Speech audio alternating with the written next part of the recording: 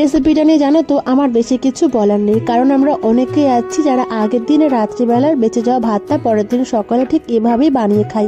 আর আমার কদিন ধরে এতটা পরিমাণে ঠান্ডা লেগেছে যে দুদিন তো ভিডিওই করতে পারিনি। তার উপরে আজকের এই ভিডিওটাই যেন ভয়েস ওভার দিতে পারছি না।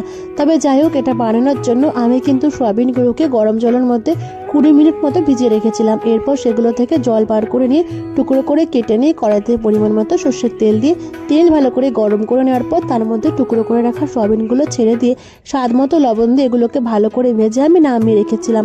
এরপরে এই কড়াইয়ের মধ্যে ডুমো ডুমো করে কেটে রাখা আলুগুলো ছেড়ে দিয়ে সেগুলোকে ভাজতে ভাজতে এর মধ্যে স্বাদ মতো লবণ দিয়ে আলুটা ভালো করে ভেজে নেওয়ার পর টুকরো করে রাখা পেঁয়াজগুলো তার মধ্যে ছেড়ে দিয়ে আলু পেঁয়াজটাকে ভেজে নেওয়ার পর এর মধ্যে একে একে প্রয়োজন মতো আদার গুঁড়ো, জিরের গুঁড়ো, শুকনো লঙ্কার গুঁড়ো দিয়ে সব কিছু আরও একবার ভেজে নেওয়ার পর আগের দিনে রাত্রেবেলার বাসি ভাতটা তার মধ্যে দিয়ে 5-6 মিনিট মতো ভেজে নামিয়ে নিলে কিন্তু তৈরি। আর খেতে কিন্তু জাস্ট ফাটাফাটি হয়েছে।